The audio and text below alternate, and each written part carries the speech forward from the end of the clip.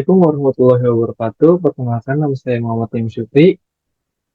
Pada video kali ini, kelompok kami akan menjelaskan materi tentang pemrograman berorientasi objek terkait perbedaan antara kelas dan objek.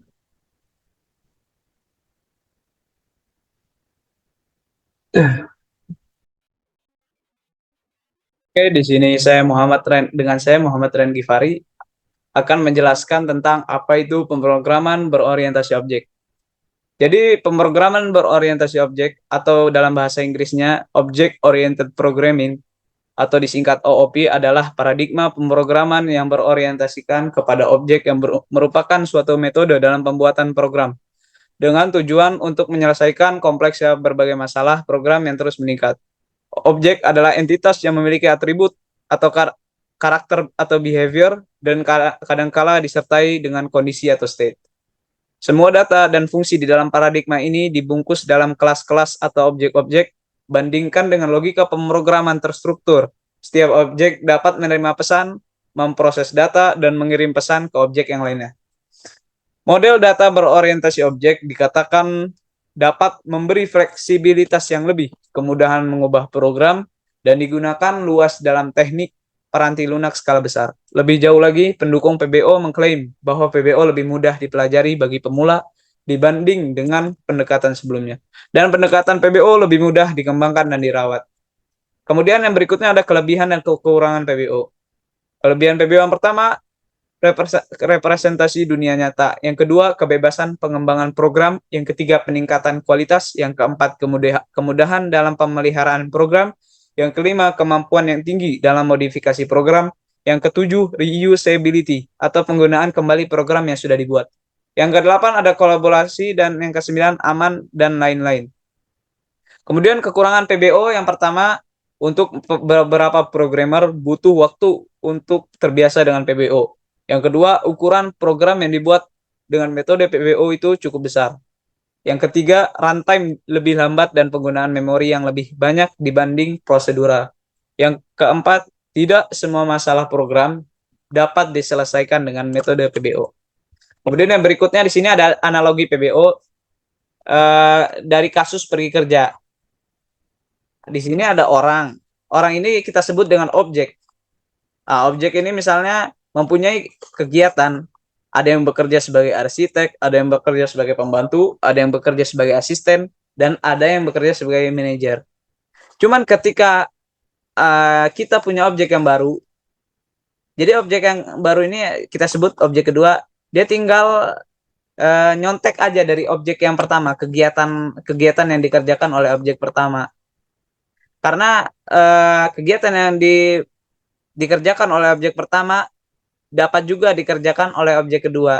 Jadi yang objek kedua ini tidak melakukan kegiatannya sendiri. Jadi dia berbarengan melakukan kegiatannya dengan objek yang pertama. Oke, kemudian selanjutnya akan dilanjutkan dengan kawan saya. Ini saya Muhammad Torik Ramadan. Untuk selanjutnya, saya akan membahas tentang perbedaan objek dan kelas. Untuk objek sendiri dan kelas mempunyai titik perbedaan. Yang pertama, objek itu adalah turunan dari sebuah kelas. Yang kedua, objek adalah entitas dunia nyata seperti kursi, pena, meja, laptop, dan lain-lain. Yang ketiga, objek adalah entitas fisik. Yang keempat, objek dibuat berkali-kali sesuai kebutuhan. Yang kelima, objek mengalokasikan memori saat dibuat. Yang keenam, objek dibuat melalui kata kunci baru. Karyawan OW sama dengan karyawan baru. Yang ketujuh, terakhir untuk objek, ada berbagai cara untuk membuat objek Java, yaitu kata kunci baru, metode name instance, metode clone, dan deserialisasi. Untuk kelas sendiri, yang pertama ada kelas adalah blueprint dari mana objek berada dibuat. Yang kedua, kelas adalah sekelompok objek serupa. Yang ketiga, kelas adalah entitas logis. Yang keempat, kelas dideklarasikan satu kali. Yang kelima, kelas tidak mengalokasikan memori saat itu dibuat. Yang keenam, kelas tidak mengalokasikan memori kata kunci kelas atau karyawan kelas. Yang terakhir, yaitu hanya ada satu cara untuk mendefinisikan kelas, yaitu dengan menggunakan kata kunci kelas.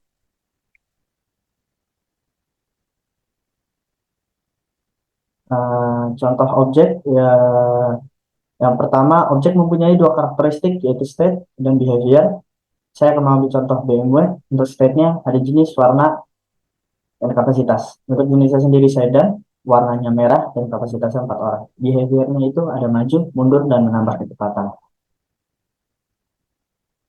Untuk selanjutnya kelas menggambarkan blueprint dari dua karakteristik yang dimiliki objek yaitu state dan behavior.